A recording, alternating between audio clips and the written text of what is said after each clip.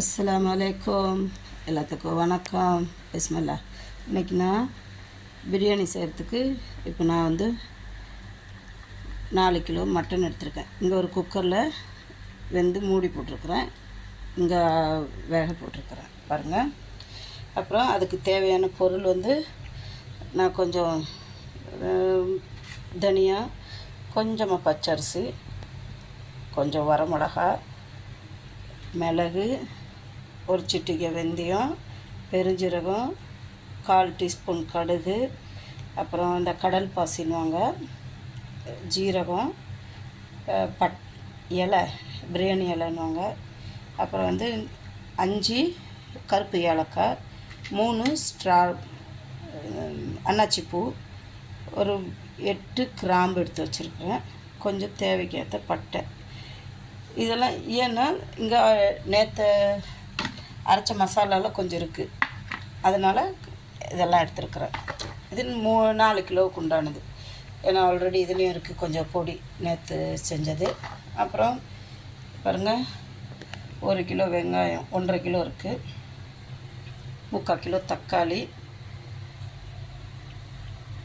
நல்லா 2 கைப்பிடி இங்கே கொத்தமல்லி இருக்குது, அதே அளவுக்கு இங்கே புதினா இருக்குது, கொஞ்சம் பச்சை மிளகா, அப்புறம் இங்கே இஞ்சி பூண்டு இருக்குது, இஞ்சி பூண்டு பேஸ்ட் பண்ணி வச்சுருக்கிறேன். இங்கே வந்து தேவைக்கேற்ற தயிர் இருக்குது, அப்புறம் வந்து இங்கே தேங்காய் எண்ணெயில் செம்ம டேஸ்ட்டாக இருக்கும். அப்புறம் உப்பு. இதாங்க இன்றைக்கி பிரியாணியோட இது செம்மையாக இருக்கும். இது எதுக்கு நம்ம மிளகாய காரத்தை கம்மி பண்ணுறோன்னா, இப்போ ஆல்ரெடி இங்கே வருங்க, இதில் லைட்டாக காரம் இருக்கும். இதில் இந்த கிராம்பில் உங்களுக்கு நல்ல காரம் இருக்குது, ஏலக்காயிலையும் காரம் இருக்குது, மிளகுலேயும் காரம் இருக்குது. அதனால் நம்ம என்ன பண்ணணும், வரமிளகாயை கம்மி பண்ணிடணும். வரமிளகாய் கம்மி பண்ணிவிட்டு இப்படி பிரியாணி மசாலா நீங்கள் செஞ்சு பாருங்கள், செம்ம டேஸ்ட்டாக இருக்கும். பாருங்க, இந்த அரிசி எதுக்குன்னா, இந்த மசாலா நம்ம வறுத்து அரைக்கிறப்போ இந்த அரிசியும் இந்த வெந்தயம் இந்த கடுகோட டேஸ்ட்டு செம்ம டேஸ்ட்டாக இருக்கும். நீங்கள் அது மாதிரி நீங்களும் உங்கள் வீட்டில் செஞ்சு சாப்பிட்டு பாருங்கள். அப்புறம் இங்கே வந்து பாருங்கள், 3 கிலோ அரிசி கழுவி நான் வச்சுருக்கிறேன்.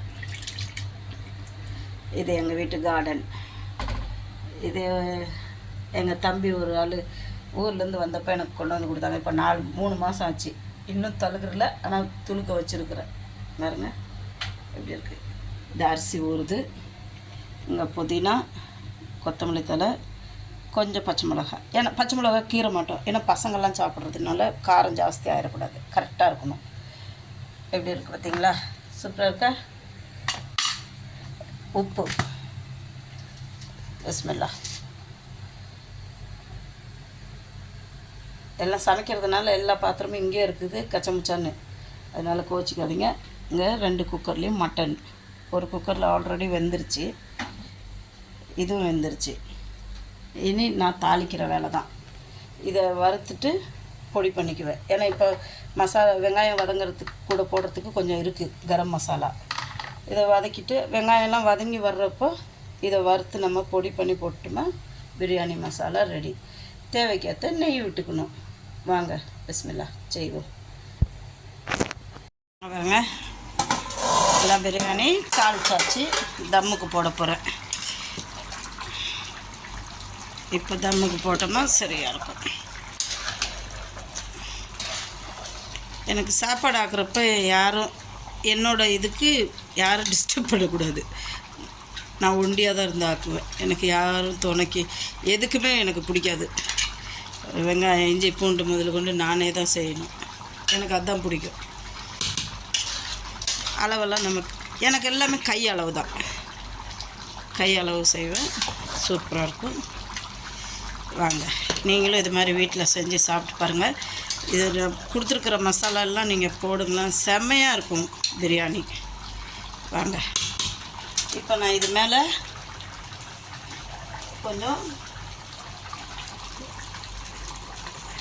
இனி தம்மு கூடுற வேலை தான் பாக்கி. தம்மு கூட்டாச்சு. பிஸ்மில்லா. பிடிச்சிருந்தா ஷேர் பண்ணுங்கள், சப்ஸ்கிரைப் பண்ணுங்கள், லைக் பட்டனை ப்ரெஸ் பண்ணுங்கள். பிரியாணி ரெடி ஆகிடுச்சு. அந்த நெய்ட்டு போயிட்டு நீ பேசு. சூப்பர் தம் பிரியாணி ரெடி. இப்போ இது மேலே நெய் என்னடா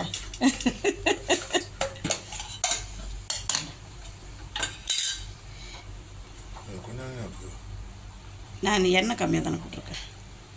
ஓகே ஓகே மூடிடு. இந்த கொஞ்சம் கிண்டி விடு. அந்த அந்த சைடு துணி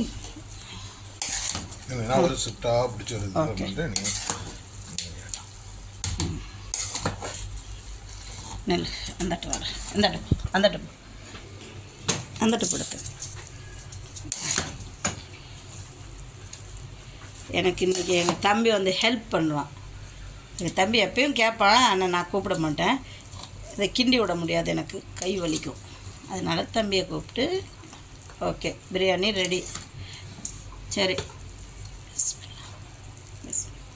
ஓகேப்பா. போதும் போதும் போதும், ரொம்ப கிண்டாதுடா. சோறு குழஞ்சிரும். கொஞ்சம் உப்பு போடுற. இப்போ கட்டக்கூடாது அப்படி பாத்திரத்தில். கறியெல்லாம் மல்லிப்பூ மாதிரி வந்துருச்சு.